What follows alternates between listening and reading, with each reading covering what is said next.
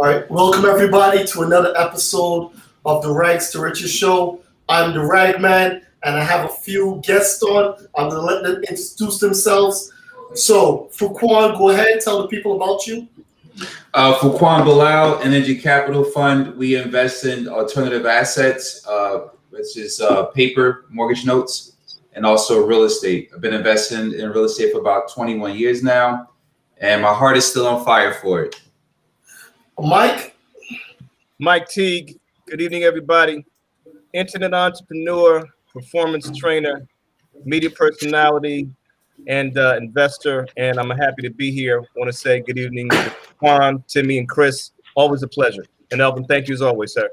Hey, we got Chris on the technical. Say hi to the people, Chris. Hi, everyone. I'm Chris Lacopos, doing technical stuff and design for Smart. And we got Timmy. Say hi to the people, Timmy. Hi, everyone. I'm Timmy. I'm working for Smart Realty as CTO, and I'm also working with Chris on designing an app. So we are working on Smart App. You can check it in the App Store. Just type Smart Realty and look for the gear logo. Absolutely. She's going to be answering questions from people who are watching. So let's kick it off with you, Fuquan. Tell us a little bit about yourself and how you got started in real estate. Yeah, so about 21 years ago, as I mentioned, I was working in corporate and started to shadow my cousin around doing real estate, and he landed a nice big deal, and it was half my salary at the time. So I decided to start to shadow him around and figure out how this thing worked. And a few months later, I was able to make a big fat paycheck and put my 2-week notice in. I was in 99 and haven't looked back since, and had the opportunity to go back to the community where I was from and revitalize a lot of the properties there. That kind of gave me my fill of importance, developing distressed areas, making a change in the community, putting the properties back on the tax roll and giving the residents a better place to live. But yeah, that's pretty much how I got my start 21 years ago, just being in the right place at the right time, I guess. And I've been through 2 downturns, 9/11 and 2008. Learned a lot through those experiences, and just, pretty much grateful for everything that I have now and everything that I went through to make me, who I am today and the businessman I am today from those diversity, from, going through that diversity.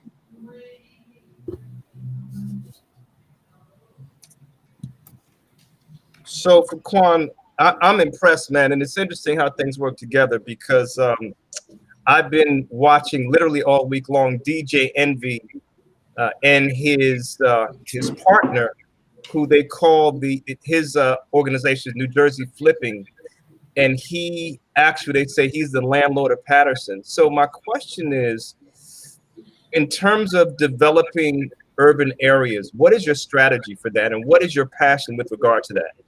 Yeah, so I try to look at areas, like I'm from Newark, New Jersey. I know Envy also. I used to actually pay him to come DJ parties for me back in the day. But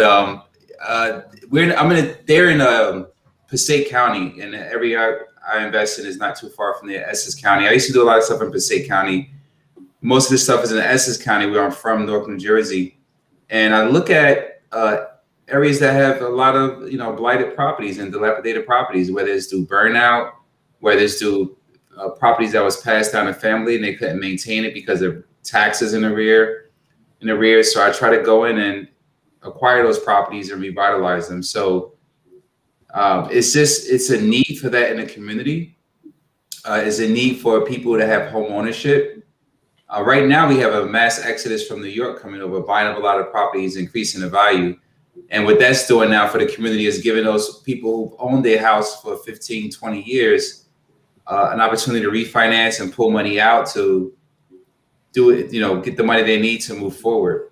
But it's just always a good feeling when you go and revitalize the area. Then you just drive through the block and you see a difference in the community. No more abandoned houses for kids to play in and get hurt. And the properties are back on the city tax roll, so now they can generate more income to fix the roads or to pay the school teachers or hire more police officers and stuff like that. So that's pretty much it.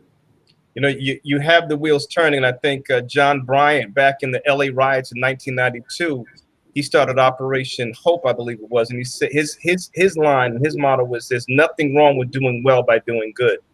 So I mean, you're low key about it. I'm sure you've done well doing good. And is that wealth building, I guess, aspiration part of what motivates you too? Yeah, I mean, for me now, I mean, early on when I got started, I was a slave of money, right? I was chasing money. For me now, it's not about the money. The money actually is a tool to help you do the things you want to do. But the real wealth is within. Let me just start with that. The real wealth is within. And the people who you associate yourself with is very important, because your network is your net worth. But going back to what you were saying about doing that in a community from a wealth perspective, for me, is just the giving my feel of importance, to ride through these areas and see that I was able to contribute and make a difference. So that's fulfilling in itself. That's what wealth is to me, being able to have the ability to do that and make money from it. I mean, money is important, of course, is a tool that you can use to do the things you like, as I mentioned earlier. So I have one more question, and always, Elvin, you always pick the right topic, and now I see the right guests. So the videos that I was watching was about 2 years old. Would you say New Jersey is still a good place to invest in now, in terms of distressed properties, foreclosed properties, etc.? Oh, for sure. There's so many. There's so many in New Jersey, in different pockets, whether it's South Jersey, North Jersey. There's so many abandoned vacant properties. And one of the strategies that I use is every township have a vacant property list. And you can actually see what's happening with that. What is the town doing with that? Is there a urban development program within that town? Are they assigning a certain amount of properties to developers, to redevelopers? Every township have that. So you just got to get in and figure out if they have that program available, and how can you become a developer, get on their list. Of course, you have to show you have a track record, and they will give you opportunities to go ahead and revitalize the area, whether it's land or whether it's vacant properties, blocks of vacant property that you can come in and do 15, 20 properties at a time. So those opportunities are in every community, whether it's in New Jersey, New York, wherever. It's always vacant properties. So for someone like myself, and I'm sure others who will be watching, who, let's say, are starting on the track, to use your metaphor, how does someone get started with, let's say, one property? If someone sees the bigger picture and they want to become a Fuquan Ali, how do they start without yet having that track record? Yeah, I mean, again, your network is your net worth.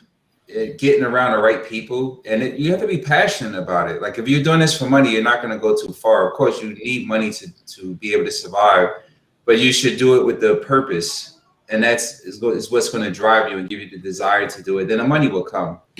But getting around the right people, I tell people there's so much stuff online now. I mean, 21 years ago when I got started, it was really, you had to press the flesh, you had to be out at events, you had to really network with the right people. But there's so many educational tools online, and people you can learn from, and people who wholesale houses, people who flip houses, that you could just sit there and watch YouTube videos and watch podcasts sort of like this and learn certain things. But it's just taking action that's going to make a difference. So I would say you can shadow somebody who's wholesaling or somebody who's flipping, go work with them. There was a book I read, Rich Dad Poor Dad, where Kiyosaki was saying before he opened up a bakery, he actually went and worked for a bakery. And he learned the processes and how everything goes. Instead of just willy-nilly in it, going to open up a bakery, he actually learned the insides of it before he did it. And I would say you can correlate that to, if you're trying to get involved with real estate, go work for somebody who's doing it in your community. Somebody who's flipping houses, who's doing good. Go put some sweat equity and learn the process. Learn how it goes before you go out and do it. That's the easiest way I would say for someone to get started. People just think it's so easy because they see all this stuff on Facebook and the guys with their Lamborghini and saying I flip houses and all this other stuff. It don't work like that in the real world. You got to like roll your sleeves up and get busy and put in that time. And again, it has to be something you're passionate about. Thank you. Now, Fuquan, I know that you were on Facebook. You advertised, you did a major deal. Was that, tell us a little bit about that deal, and was that the biggest deal you've ever done? I think it was a few multifamily properties you sold for like 1.5 million. Tell the people about that. Yeah, so that was actually a tax lien that I purchased. So again, when I was talking about the vacant properties, I went to the township and was able to figure out the vacant property list that they had. And then I found out that the vacant property had taxes that was backed up and it was going to sell. So the township has what's called a tax sale auction. I attended that. One of those properties, fair and square, outbidded everyone. And then went to work, had to go through the foreclosure process to get the property, and then I renovated it. And within 19 months, I was able to sell it for a significant amount. I mean, COVID helped with a lot of that because it created a bottleneck and it created a shortage of inventory, which created a demand, which increased in values. And like I mentioned, we have a mass exodus of people from New York coming over, which that's nothing to them, right? $1.5 million is nothing to a New York. That's like a 3-bedroom brownstone. So that it just gave opportunity all around the place with the wind in my back. But no, that wasn't the biggest deal I've done yet. I've done a few other deals a little bit larger than that. The reason I actually share that with everybody is to show them, look, this is where I come from. I put time and effort and energy into this, and this is the result you can get from it. So I try to share some of my wins with people on social media. And I kind of use social media as like a customer service portal. People reach out to me to ask me questions. I help them that way because I don't have masterminds. I don't have mentorship programs. I don't sell education. I don't do any of that because I'm so focused on what I'm doing. So I help people through social media. Like the question asked me, how do one get started? I'll usually give them the information through social media, through Twitter, LinkedIn, Facebook, whatever. They hit me up. I'm always active on it. And answering questions. Like 15, 20 people may hit me up, may build up. It may take me a day or so to get back to you. But when I do hop on, I just answer questions and point people in the right direction. Well, you know we're not going to let you off that easy, right? You got to tell us the numbers, bro. So how much did you get the tax lien for? How long did it take? Yeah. So all in was about $750. The tax lien. You bought it for $750? You bought what you get the tax lien for? The tax lien, it was 2 separate properties. The tax lien one was $160. The other one was about $105,000. And then with renovation, the holding costs, everything all in for both properties was about $750. And I sold one for $1,050,000 and I sold the other one for $475,000. So together, that's $1,525,000. And that was about 19 months that it took. How many units are you talking about? That was only 10 units. 10 units? 10 units, yeah. 10 units. But there in the back of the 6th unit, there was another piece of land that was 50 by 100. Actually, no, 100 by 100 lot that was behind it that had an old service garage. The city used to service their police vehicles and stuff in that garage back there. And you can knock that down and you can build 15 more units. And that was the original plan. But I was like, I just want to grab the bag now and run instead of trying to go through zoning and go through variance because everything is slow now because of COVID. Everything is moving at slow speed, and it would take probably 8 months to get in front of the board to get it approved to start developing it. And I figured, since it was a shortage of inventory in the market, let me put it out and see what happened. So that was what happened, and those were the results. And again, it's just from the grit. It's just from staying focused and building mastery and having the right resources to plug into. Absolutely. Well, look, that's a big number, and so people looking at that, they're probably going to say, well, man, this, I'm not sure that's something I can do. That's such a big number when you talk those numbers. But, tell us, like, how did you get there? Like, how did you get to the point where, look, I could take this down. I could, have $750,000 in debt, basically, that I owe. Like, was there no fear in that? Because that's a big number, having that much debt. Or was it just, look, I'm going to do this. I'm going to, I know what it's worth. And you just went for it. Like, or was it, how did you get to that point where you're so confident in yourself to just take down big deals like that? Well, debt is good, actually, especially now since money is so cheap. So let me ask you, if you owe somebody $750,000, don't that put pressure on you? Does that make you want to? So that is actually good because it makes you do things that you wouldn't normally do if you was in your comfort zone. So you have to be comfortable being uncomfortable. Exactly.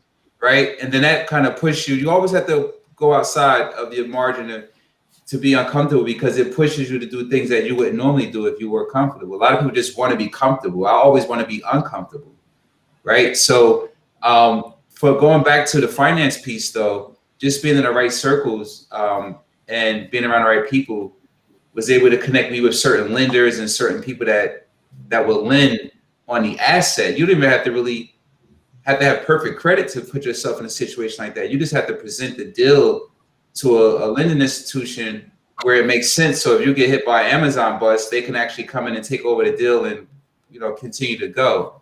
So they will lend based off of the property and not you. So you find a lender that will give you money on a property that it makes sense. So you put the renovation budget together, you put the holding costs together, and you present the package to them. And sometimes they'll lend 70% of the ARV, and they'll give you construction drawers to go along with doing that deal. Or you can partner with somebody. You can find somebody who has the capital, you put in the work, and you guys create whatever split you're going to do and pretty much go from there. How did you take down that deal? Was that private lending? Was it, you know, bank financing? How did you go about getting that, you know? Yeah, I have a fund. So this, I raise capital through a private fund, and I pay investors a set return. Accredited investors only, they get 10% annually on their money, and I raise money, and basically that's how I buy my transactions. So on one-off deals, I might have a private lender who might lend some money from their IRA account, you know, for smaller deals. But for a deal like that, I'll just buy in under the fund and renovate it. I may use a lender to refi me out after I buy it and do first, second phase of renovation. They'll refi me out, give me my money back, and have a loan on it 60, 70% of the value. So that's typically how those deals are structured. I mean, to do a fund, you have to do some like SEC requirements. Like, Absolutely. How did you set that up? And absolutely. And tell us the name of the fund in case somebody want to invest in it. For sure. It's you go to nngcapitalfund.com. This is actually my fourth fund. This is a small fund. It's only $15 million. And basically the process of that is, well, the short of it is when the market crashed, I was doing short sales.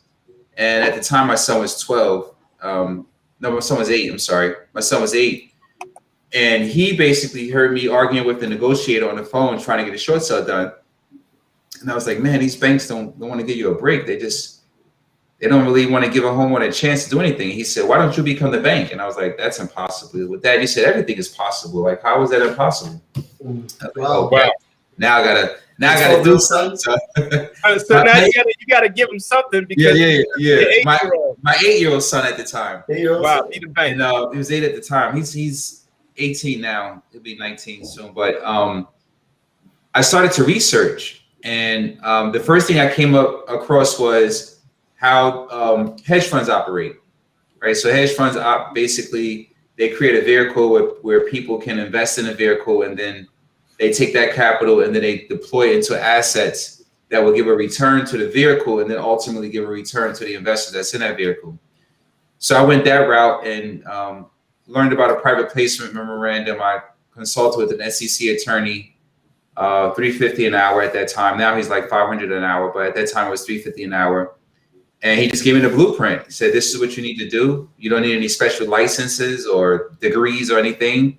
You just need to make sure we file and register this way, and we put together your operating agreement, and you have your business plan. And it cost me about 25 G's to set it up. And once I had it set up, then I had to go raise the money. And it took me a year or two to really work with that. First, I went to friends and family, and then raised some capital through those channels. And I was already flipping properties before, so I had the ability to take the capital, deploy it, and do it. But now I just created a vehicle to do it at a larger scale. I don't have to go onesie, twosie, borrow money from people doing private lending deals. Or sometimes you have a deal lined up and a private lender changed their mind last minute. This allowed me to raise money and pool money together and then take that capital to go buy individual assets of my choice. So once I kind of learned the nuances, that's a whole separate business, raising money. It's something I'm still learning today. But once I kind of learned that part, it just became my focus. And I use that now as a bank to go ahead and buy assets that that I've searched for, whether it's tax liens or real property or notes. So that's the gist of it. You can consult the SEC attorney. They'll give you the ins and outs, and you can set it up that way. It's not difficult. Again, it take the time to really focus on it. Anybody can do it. Like, absolutely. You know. Elvin, can I jump into the question? Sure, absolutely. Oh, Fuquan, two things. First of all, I apologize for mispronouncing your last name. It's Bilal. My apologies. That's all right. We're not our names. We're more than that. I thank you. So I deal a lot with mindset as a internet entrepreneur, as a performance trainer. Can you? It's shifting gears a bit, but it applies to what you're talking about. How do you sustain a mentality of being willing to be comfortable with being uncomfortable? I've actually done podcasts about that. Can you talk about that? Yeah. So I did mention I'm from North New Jersey. I mean, I grew up in the 80s, and when you come out your doorstep, you have the needles from the heroin addicts and the crack valves and all that stuff. So growing up in adversity, it's the only way is up, right? So for me, coming from that environment and then being able to get into a different environment, I've always been into sales where I can thrive. Like when I was younger, my mother used to take us out to the bazaars and the flea markets to sell.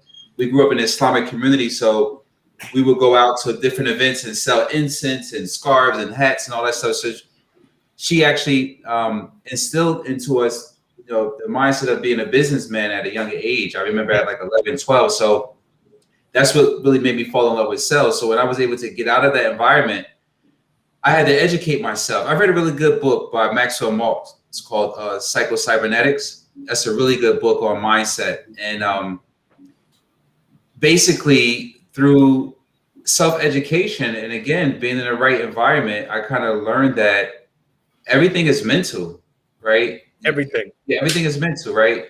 I learned not to let external factors control my emotions. That was a really big part for me to help me not ruminate over certain things. And, every day is day one mentality. So just keeping that mindset and self-educate myself and being in the right environment, I guess it just eventually molded and shaped me into who I am. And creating rituals in the morning where you do like, meditation, reading, journaling, exercising, just a habit of those things every single day. It kind of developed the core, and it keeps the equanimity, the mental equanimity in place, so you can actually thrive and focus on the things that you want to do. So, always being grateful for things and just having that mindset is important, and always really trying to see how you can help others. Right, I'm a big proponent of that. How can I serve? How can I help others to kind of get that reciprocity factor in place? So that's my whole process of how I operate, basically. Interestingly enough, too, and this is I resonate with this. I've studied high net worth individuals, and even though they'll give us the game, so to speak, regarding business, it's all about mindset. Whether we're talking about Grant Cardone, whether we're talking about Gary Vee. They always talk about mindset. Here's another thing that I thought about, and I have a question. Any entrepreneur, whatever the space is first and foremost a salesperson, right? So we can outsource anything except sales initially. Eventually, we can hire a sales team, but initially, we are the salesperson. One of the things that you said earlier is that you had a background in sales. I'm in sales also. So can you talk a little bit about the sales? I would say the sales mindset that yes, I may be financially advanced, etc. At the end of the day, when you with that fund, you have to sell people.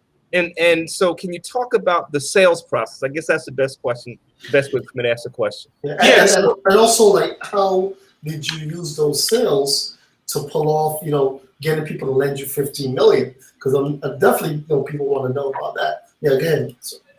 Yeah, so it's all about what give people their feeling of importance, right? So when I connect with the person, I always try to figure out what makes them tick, right? Exactly. And if you figure that part out, and then they're a friend for life, so to speak, because it's always what's in it for them. Exactly. So I never walk into a room and say I want to raise money. I walk into a room and say, how can I help these people here, right? Even when I go to the city and I'm looking to get something from the city, maybe what's the vacant list, when is a tax auction, but I'm going in there first and saying, what can I do to help you guys with what you're working on as far as development? Like, I'm an investor, I have this experience, but what programs do you have that I can help with and contribute towards to help you get your outcome? And when you're going with that approach, you're always going to get, you know, what you need when you go in to help. So the same thing with sales is the same thing. You know, what can I do to help? How can I serve? Whether you're going with that mentality, you always win, right? And always having 2 ears and 1 mouth, you know, listening before you talk. A lot of people want to get their point across so much, but they don't listen. Like, that's the main number one thing with sales is being a good listener and being able to figure out what gives them their feeling of importance and then making that happen. People resonate with that. Love it. You know, yeah, that's respect, man. Yes, sir. I got a question on that though. If Mike, sorry about that. I got a question on that. But you know, for a person to give you money though, that takes something else, right? Because it's a little bit more than sales. Because if they got money, you know, they've probably heard of million sales pitches. It's definitely about you know, trust and your background. I would imagine if you could speak on that a little bit. Yeah, for sure. Like I said earlier, raising money is a whole separate business. It's a relationship business. So you're not going to meet somebody and then a month later they're going to give you money. You know, you really have to show and prove who you are. So I always go over the hill and get the arrows on my back first in any new investment or endeavor that I do. So when I did the tax lien thing, I went to the tax auction myself with my bag and invested, and then built case studies. And then I put stuff on social media. Look, this is how I did it. And then after I had a few case studies, I was able to go to people who I knew and say, hey, I'm going to this next auction. Would you like to participate? This is the results that I got. And this is, of course, people who knew me already that I had a track record with. But to answer your question is you have to build a track record. And how do you do that? Create relationships. So if you're just getting started, instead of looking for a private lender to lend you on your deal, partner with that person. Offer that person a percentage of the deal so you can create a relationship with them. And then once you have that track record with them, then they can vouch for you because they'll be your biggest cheerleader. You pay them on time, you cut them into profits. And most people want to be on the profits. Like I had so many people hit me up after I posted that deal, say, hey, how can I get some profit participation? You know, profit participation. Yeah, I don't do profit participation. I just pay like a straight 10%.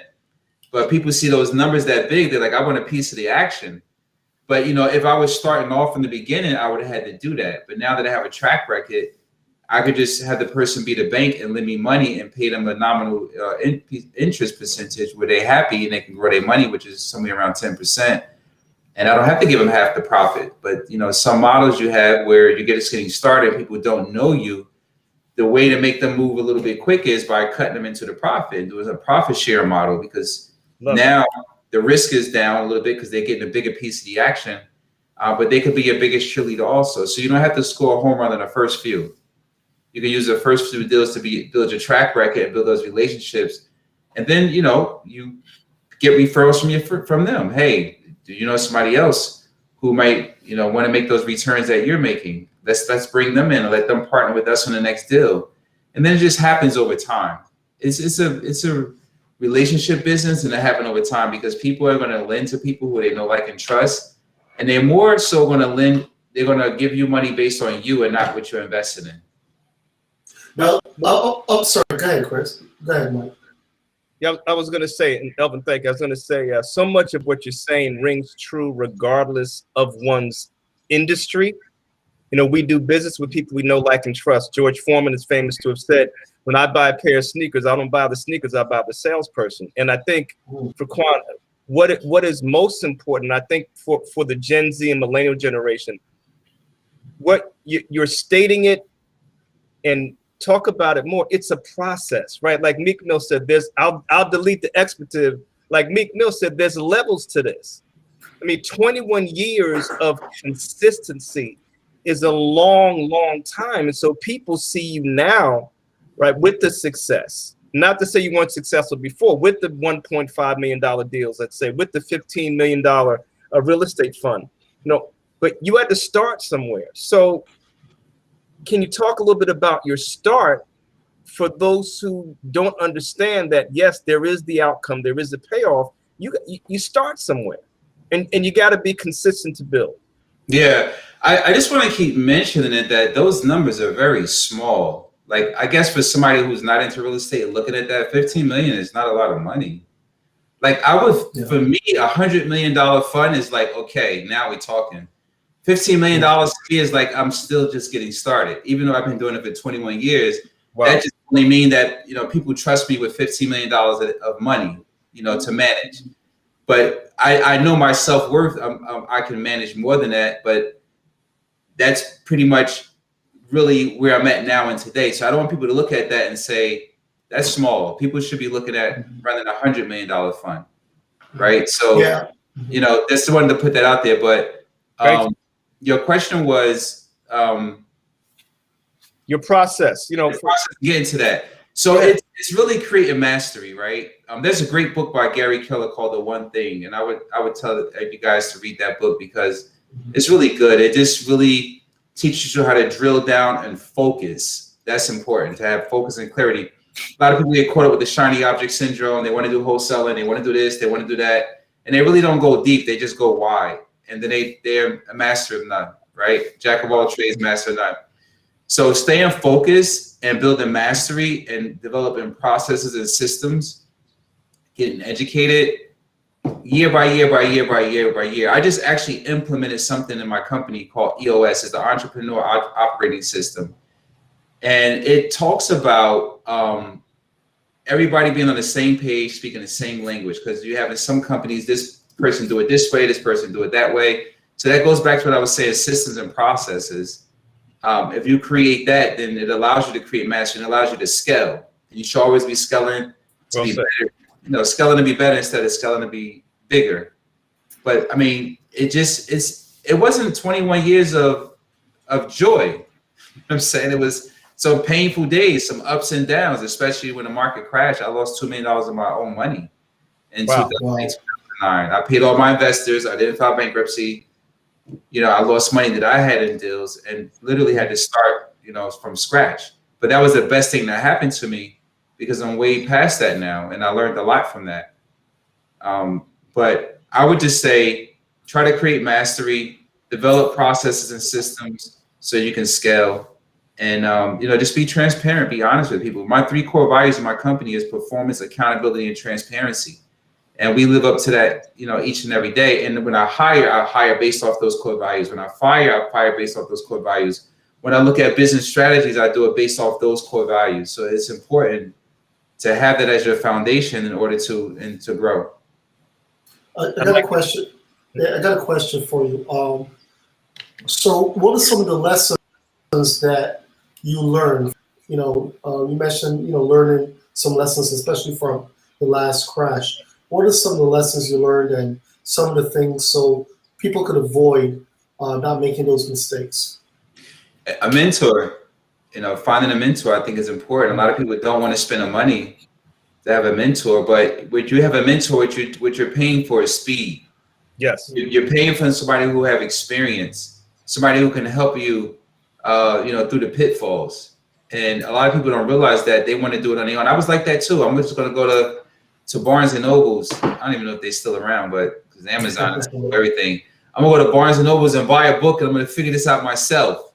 Like, that's how I operated for years, right? For years. I would say the first 15, 12 years of my career, I operated like that. Like, I don't want to pay somebody to do something. I'm gonna reverse engineer. I'm gonna buy the book. I'm gonna figure it out. And I was always good at that, but you can only go but so far doing that. And you know, recently, in the last couple of years, I hired a business coach to come in and look at my business from the outside in and tell me the things that I needed to do in order to scale, to be better instead of bigger. So hiring a mentor is one of the things that I would say that I should have did earlier on. The second thing I would say is being a part of the different network groups. Like when I was flipping properties, you know, I was a millionaire when I was 28 years old. So I thought I knew everything. I had the latest car, traveling in Europe, doing this and doing that. Nobody can tell me nothing.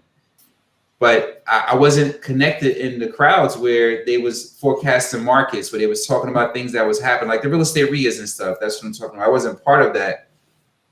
So being around these type of people now kind of keep me abreast of what's happening in the market. And that was a big mistake I didn't make before, because I think I could have maybe not lost 2 million, maybe I'd have lost 1 million or $500,000. Something would have happened because I had so much inventory. I would have took a loss somewhere, but I would have been able to shift and pivot by being a part of that real estate community. So I would say definitely, if whatever industry you're in, you need to be tied into a network to keep yourself abreast of what's happening in that market. You need to have a mentor. Those are the two key things that I would say. And one other thing is focus. My focus was all over the place. I had barbershop, beauty salon, transportation company, car wash, real estate. I was all over the place, right? I was just doing all this stuff. It was generating money, but I had 54 employees, and it was insanity. I was a slave of money. I wasn't a master of it. Wow, that's powerful. Slave of money, not a master. I got to use that. most people are. They don't realize it. They chasing money, and when you make money the goal, you never have it. I like that. All right, Mike. It's true. It's true. So Fuquan, I'm loving this your content. So Mark Cuban and Mike Dillard. Mark Cuban, of course, the owner of the Dallas Mavericks.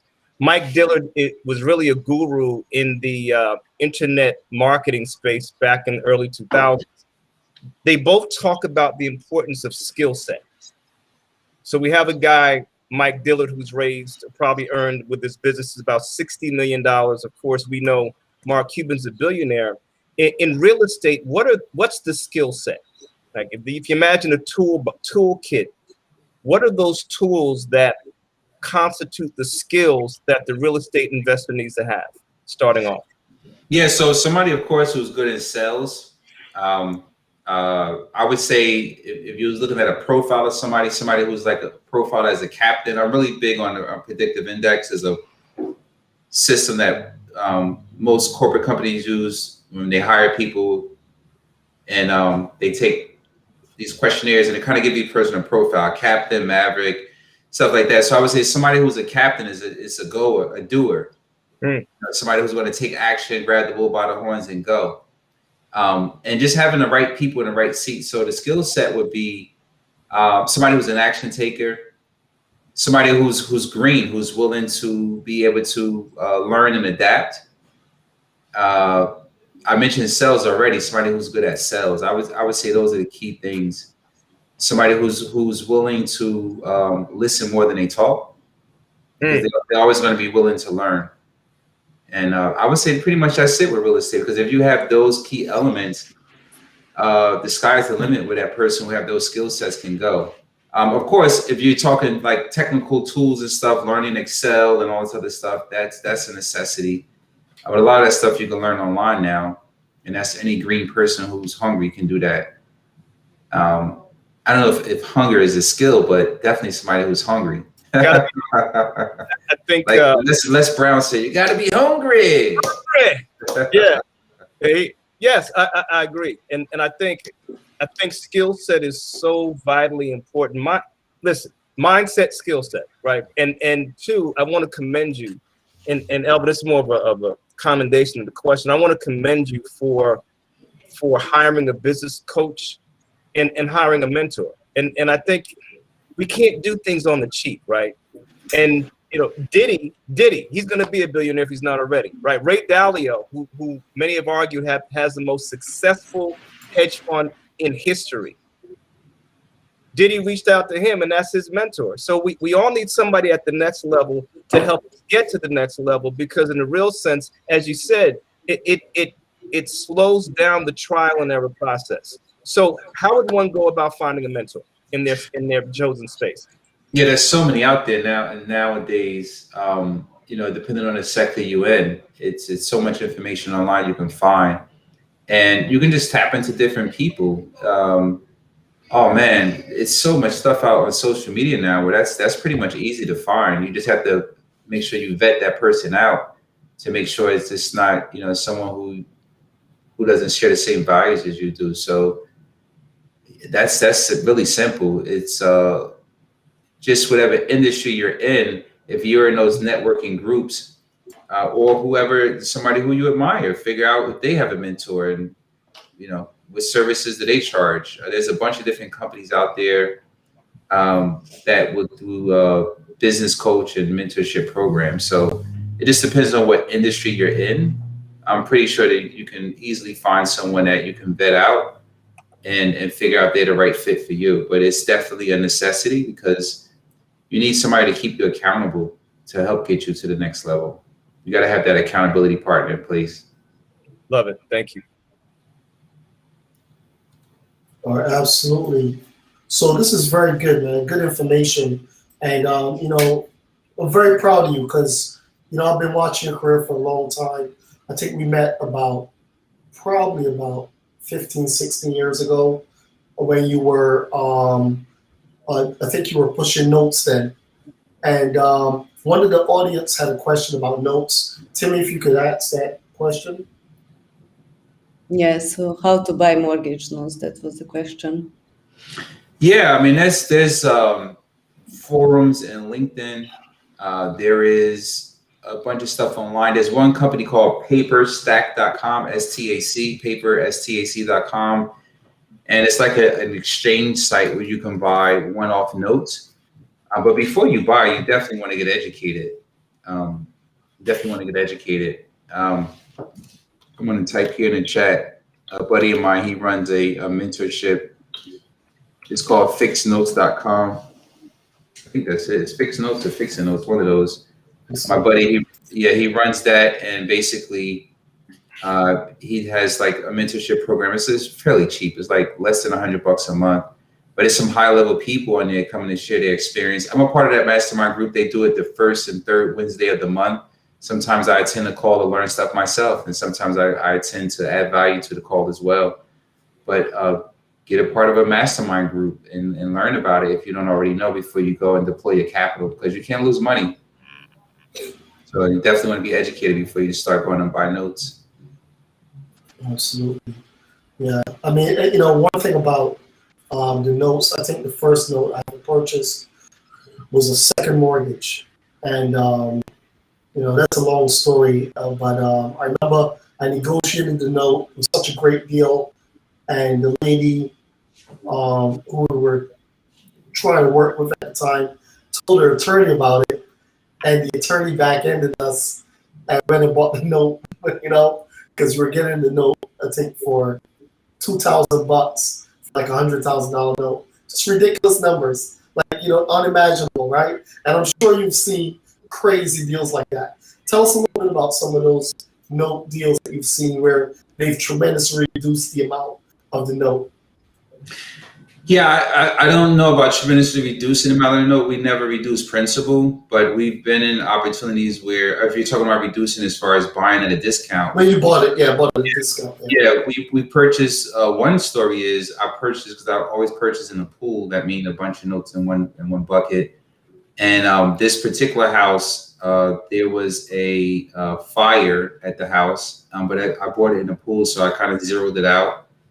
And the loan, the unpaid balance was like $80,000, and we had a realtor call us maybe 3 months after we purchased the loan and request a payoff. They said they wanted to do a short sale, and the first lender, it was a second mortgage.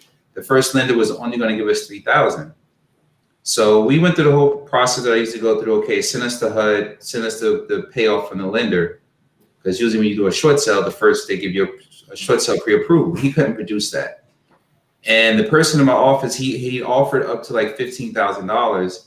And again, we zeroed this loan out. So we probably had on our books for like less than $1,000. So the asset manager was like, hey, are you crazy? We got it for less than $1,000. We should take the $15,000. And I was like, well, we have a process. The process is they send us the HUD. We look at the short sale pre-approval. They send us the contract. They send us the package. We are the bank.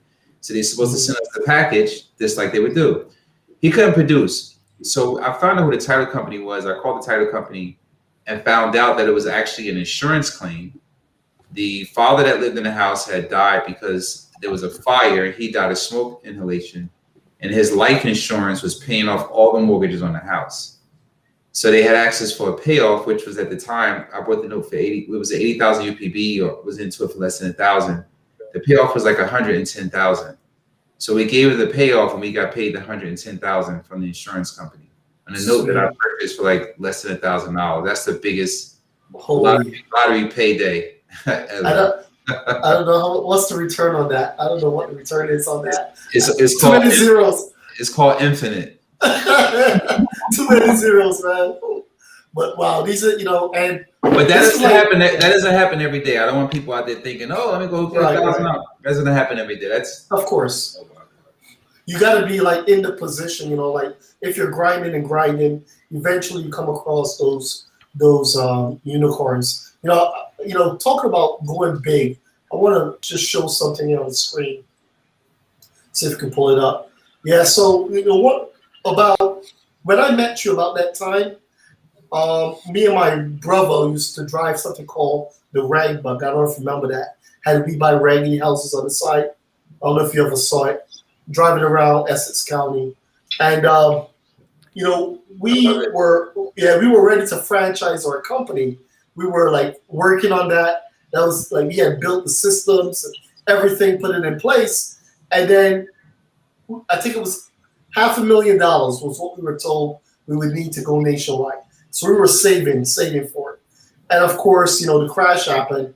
And instead of taking that money and being able to franchise, we lost $5 million. So I know you said you lost $2 million, we lost 5, right? But we were able to pay back our investors. Just all the equity was wiped out, and you know, thank goodness we paid off our investors. So just recently, actually, what day was it? Tuesday, Timmy, or Wednesday? But we just put up the first billboard, and it's up right now. We just started to put them in Essex County. We're doing 10. Right. You know, Day before yesterday, yeah. Wednesday. So yeah, we just said, you know what, let's go for it again, right? You know, and this time though, of course, we're not going to let, you know, a recession stop us. In fact, if a recession happens, we're going to deep dive into it, go harder. So I just wanted to show that to the people that, you know, it takes I've been doing this for 20 years, and Fuquan, you've been doing this for longer than me, right? How long you been doing this for? 21, just 1 year more. So it's 99. Yeah. So, you know, yeah, definitely. You've been doing it, grinding this. So, you know, there's a lot. You take what 2 steps forward to get that pushed back. You know. So I just want everybody to know you just gotta stick with it. There's no get rich quick scheme like people are pushing. You know, Fuquan has really been working at this for a long time and mastered his craft. And, you know, so I just want to take my hat off to you. Chris, you got a question? Yeah. Basically, I would like to ask a question about for new real estate investors of how to handle today's real estate market, right? Should we fear more real estate crisis? What are the positive and negative aspects of the market so that we can deal with this today's situation? Yeah, that's a great question, Chris. Is really the last downturn was done by the actual real estate market, because of the loans the bank were giving out to people who really couldn't afford them, and the type of financing they had in place. So they were just giving loans to anybody, and that is what caused the market to crash. When people who they gave loans to couldn't pay, and their bonds started to collapse, and it just created a whole mess. So the underwriting process is a little bit more different nowadays, where the banks are being a little bit more conservative. There's some programs that are lenient, but the paper is being underwritten better than it was back then. So I don't think that, in my opinion, that the real estate is going to be what caused the market to crash. There's a lot of helicopter money being thrown around by the government, which, you know, is definitely going to cause inflation. The market is actually getting stronger at this point because of there's no inventory on the market, right? So values are going to keep increasing as long as the demand up. The only thing that's going to bring it down is when interest rates start to increase, which they are little by little now. You'll see prices like stop rising because the interest rates are rising. And you'll see it kind of level off. And you'll probably see small dips in value, maybe 10% at the most, but nothing more than that. I don't think it's going to be a major crash like it was before. There's a bubble looming.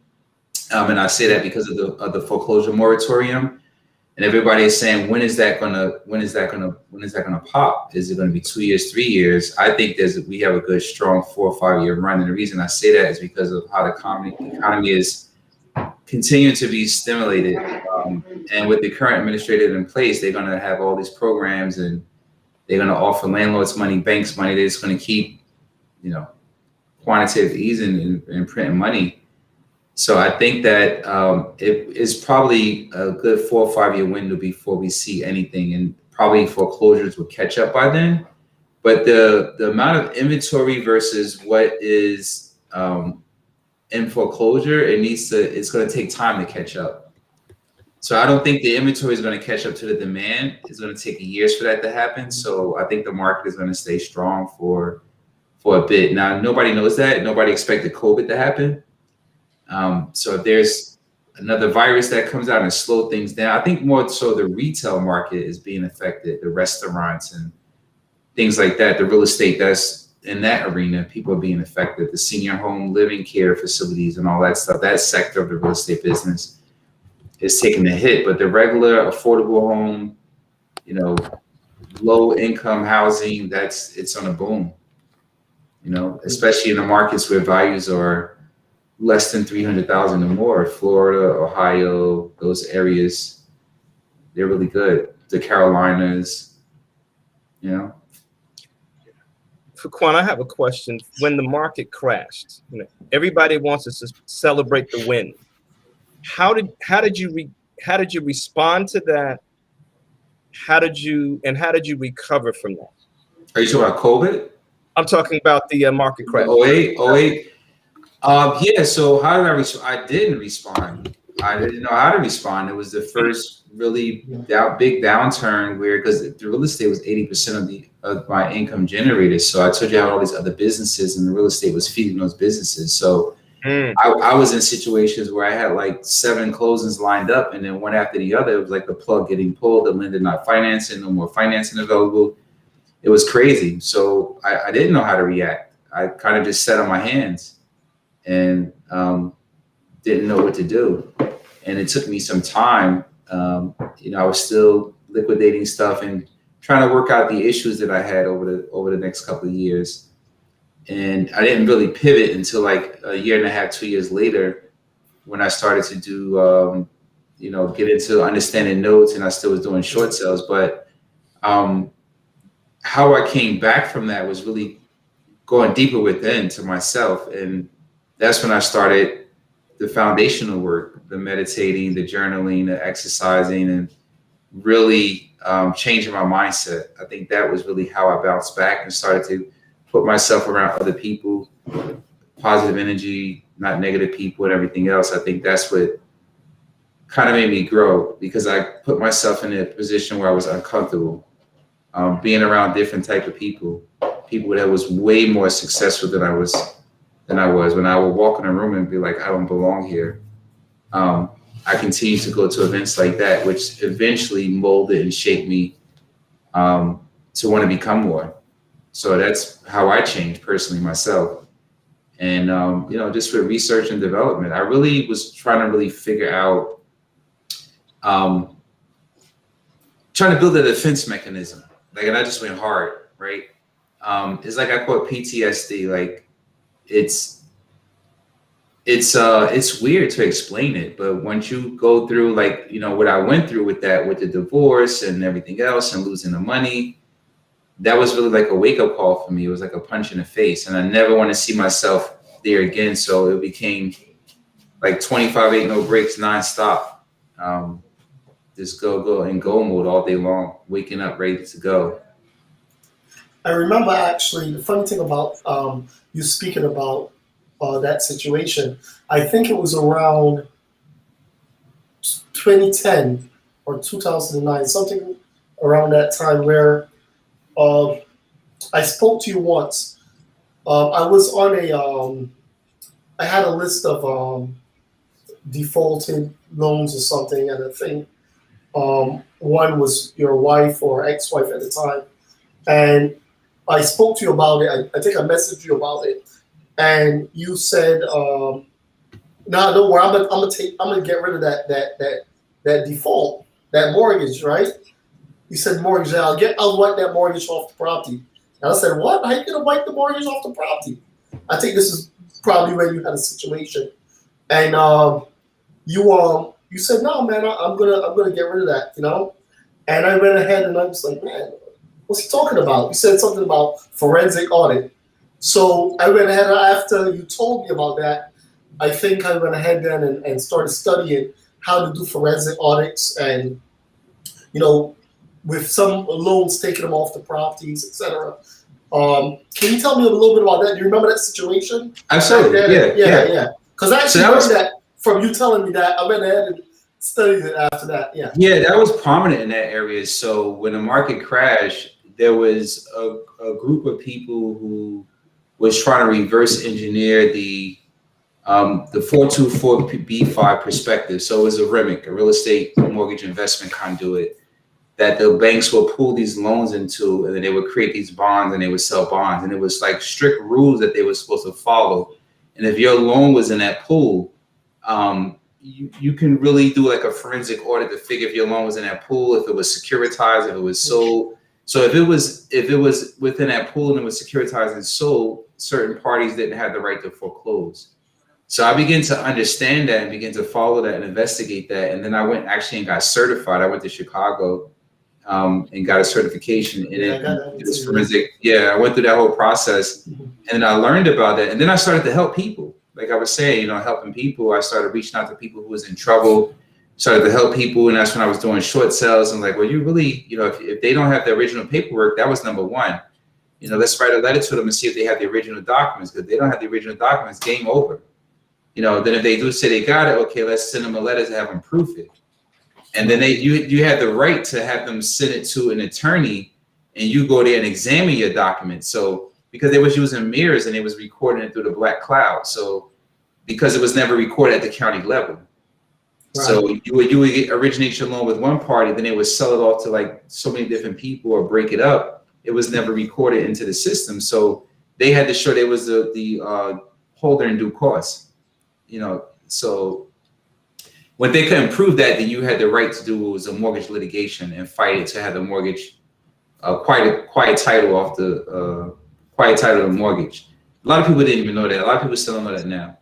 Yeah. So I learned that and understood that, and then I began a movement to help people to do that. And you know, it was at one point where you would have people who would started gaming the system and they're strategically not paying a mortgage, and then at the last minute want to run for help. And you know, it was just something that I really didn't see myself being into for a while. It was a great education experience that I learned, and it was originally for me to learn how to really help the situation that I was in, that I was actually able to work out. So yeah, I was able to work that situation out. I remember actually a lot of people, their loans were so messed up. I remember there was one couple, they actually, I think your property was in South Orange at the time, and they were around the corner from you, and they had 3 different lenders foreclosing at that house on the same mortgage at the same time. It was just a total mess, you know? So, you know, I don't know if all of that's even been cleaned up. I'm not even sure if all of that's even been cleaned up. Yeah, you would notice it when you would see it was in a trust, and it would say trust 2007 series such and such. That was like a red light, a green light. Okay, that's one of those type of loans that, you know, you can actually go through a process to have them, you know, prove they are who they are. And a lot of people were successful with that. A lot of people got foreclosures extinguished, thrown away. Some people was not able to get the mortgage off their house, but the judges ruled that entity couldn't foreclose. So, you know, they still have a lien on their house because the mortgage is not discharged, but they didn't have to pay anybody, and that person can't foreclose. So they just live there for free. They will never own the house, but, you know, they're not paying anybody. They're just paying the taxes at that point. Yeah. So yeah, that was actually fun back then. It was a really good education process, and that actually taught me more about the note business, because when I started to buy paper, I was able to use that, what I learned, as a due diligence tool to figure out, like on loans, when I bought seconds, if the first was unknown, I was able to put the MIN number from the mortgage into the mirror system and see who the master servicer was, and then kind of find more information out that way. Are you still doing it? Are you still buying notes, or Oh yeah, have for you put that sure. aside? For sure. Okay. Still buying notes, yeah. Our model now is we buy notes, we buy tax liens, and we also buy real property and flip. Okay. How long does it take from the time you? Well, I know some of the loans you work out.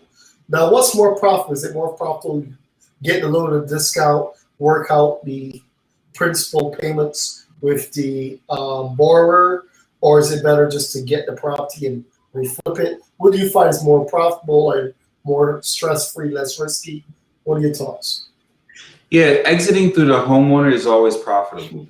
And I like the fact that I can actually help the homeowner stay in the house, give them a reprieve, and work out a solution that's amicable for both parties. So to me, again, like when I used to revitalize the properties in my community, that gave me the feeling of importance also. So any exit through the borrower, whether it's a discounted payoff, short sale, or modification, that's always, to me, the most profitable one, because I was able to help somebody create a solution. Do you have like separate entities that and other people that run them, or you run all the companies? How are you managing all these different businesses? Note buying, tax lien investing, house flipping. How are you doing it all? What's the system you're employing? That's simple. You can have a holding company that manage those companies, and the rest of the companies individually. Okay. So you got a lot of managers under you now, or you kind of just oversee everything? No, we have a team. I wish I was the one man show a long time ago. Yeah. We have a team of 11 people right now. Mm-hmm. Absolutely. So I don't know. Well, Mike fell off. Trying to get him back, but yeah. So Chris or Timmy, do we have any other questions? Yes. Yeah. Yes. So what do you suggest, for example, someone who is like starting with properties investment, right? Like what is a good investment, or what he or she needs to focus on? Like what are the habits that are most important, for example, an investor to be successful? Yeah, that's a great question. I think that it goes back to what I mentioned earlier, really finding out what makes them tick, right? Why are they doing this? What is the purpose? And then everything is based off of that. What are their core values, and everything's based off of that. I wouldn't get involved in it just thinking about money. I would get involved with it thinking about what value you can add. Right. And then the rest would come from there. So the type of investment you would get involved with would be based off of what you currently can afford. The type of lenders that you have in your database that you can reach out to help you finance stuff. Whether you want to, if you're talking strategy wise, if you want to buy something for cash flow, if you want to buy something for flip, and that's a personal thing that they have to figure out based on their needs and what they're trying to do. Wholesaling is transactional, so some people gravitate towards that because they can make chunks of money at one shot. But I would just basically say that you definitely need streams of income, but until you start to go the passive route and start just generating rental income, you need to get some flips so you can get those big chunks of cash, and then you can learn how to bring the rentals to bring the cash flow in little by little. So I would say first figure out what's important to them and why they're doing it, and then go ahead and place the strategy. Right. And you mentioned that you read a lot of books, especially at the beginning of your career. Which book has a big impact on you and your mindset and your business? Yeah, like I said, Psycho-Cybernetics by Maxwell Maltz. That's one of my favorite books. It's really a book on self-image. It's a book to teach you how to create a winning self-image. So that book was really a game changer for me. Another good one was Napoleon Hill, Outwitting the Devil. That's a great book. I like. I read that a few times. There's tons of books. As you can see, I have a bookshelf over here. I have another one over there. I love to read. I think that it's important. I mean, in my ritual, I have 15 minutes of reading every single day. I do my meditation and journaling. So And I love when I travel. I would read probably For the example, book. in the morning, like to have a morning, like Oh, to for read. sure. Yeah, In the morning. morning. I'm up early in the morning, and I kind of start my ritual from there and take care of myself first with my exercise, journaling, reading, meditation, yoga, and then, you know, I kind of start my day after my foundation is set.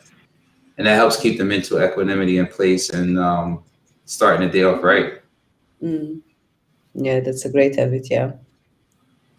Yeah, Awesome. I mean, it takes time to really get into that habit. You know, it's not something that's just easy, but it takes time, and it's definitely worth it. Yeah, I recently read the book Atomic Habits. I'm sure that you have heard about Yes, it. I have that book. I read that book. Yeah, Great it's book. really I good. like it. Yeah. Yeah, I like how it talked about. I think it was a chapter in there where it talked about the guy who did the marketing for toothpaste or something. Was that in there? I think that was a book they talked about. How the guy made. Maybe that was another book on habits that I just read.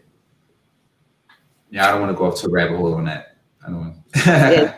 That's all right, man. Yeah, it was talking about how back in the 40s that in 50s, how toothpaste wasn't the thing. Like people really didn't brush their teeth until there was marketing that would involve in it. What the guy had to do to create a habit was there's a sensation that comes along with people wanting to do stuff. And it was talking about how everything is marketed, like the McDonald's fries, like when you take a bite of it, the salt, the crisp, and all that stuff, which creates a habit of a sensation that people cling to. And that's how people create a habit. So it was saying in order to create a habit, it broke down the different parts of the brain. One part that creates a habit, one part that's a sensation. And it talks about how do you create good habits is by having something that has a good feeling to it that people can adapt to. And then they always wanted to make it a habit. I think it was the freshness taste, and also Listerine. They did the same thing where it didn't really need to burn your mouth, but they made it burn your mouth because you felt more. Yeah. That's the same thing they said about the toothpaste. Yeah. That give the tingly feeling. It felt like it was working and everything else, and that started to make it yeah. It's crazy. It's almost like hacking your own psychology, right? Tricking yourself into success, and and that's important. Like I remember when we started, we have another company, a brokerage called Smart Realty. I remember when we said, okay, we're gonna create this mobile on-demand real estate brokerage firm, and Chris did the design for the smart cars, and I said, I'm all in. I'm going to buy 4 smart cars to get started. And we went to the dealership, and my wife was like, oh man, you're going to really, spend 40 grand to buy these cars? Like, yeah. And why? You know why I did it? Because I realized that if you didn't take bold action, it's going to happen. Had I just, okay, let me just get one, right? It wouldn't force me to do what was necessary. And I think a lot of times we got to trick ourselves into making the leaps and making the jumps. Like, for instance, the billboard, for 16 years, we had that on hold. And, we had to realize, listen, we're going to take this money that we made and we're going to do something bold with it. And we've never done this is our first billboard. We said, boom, we're just going to put the money up and do it. We don't even know if it's going to succeed. We hope it will, but we don't know because it's not normal course of how we get leads. So I think a lot of times you have to hack yourself. And if anybody out there listening, this man has done it, right? And, all the obstacles he's been through, he's made sure that he's been able to find a way to do it and take bold action. That's why somebody could give him $15 million to invest. And he said that's a small fund, right? He's looking at 100 million next. So, I want you guys to really, listen to this man and definitely follow him on Instagram, Facebook, look him up and definitely reach out to him. Fuquan, we lost Mike, his computer crashed, but any final words for the people? This is the masterclass in house flipping, and you are definitely a master Jedi. So, any final words or thoughts for the people who are interested in the industry and, want to get busy? Yeah, for sure. Thank you for having me on the show. I really appreciate it. Always like sharing my experience with the group. I would just say really figure out what the one thing is and build mastery in it. and stay focused. That's what really has helped me over the years. Just staying focused and just being relentless about it. And you know, of course, getting a mentor and surrounding yourself around the right people. That's pretty much it. Absolutely. So wonderful advice. So once again, thank you very much, Mr. Fuquan Bilal. Michael Teague, he had a problem with his computer, but you know, he'll be back hopefully next week. Timmy and Chris, thank you very much for you know, jockeying this on the back end. And I want to thank you again, Fuquan, for being a great host. All right. No problem. Thank you, guys. All right, Timmy and Chris, appreciate you guys. All right. Thank you. All right, Fuquan, we'll talk soon, brother. Thank you. Take care. All right. Bye.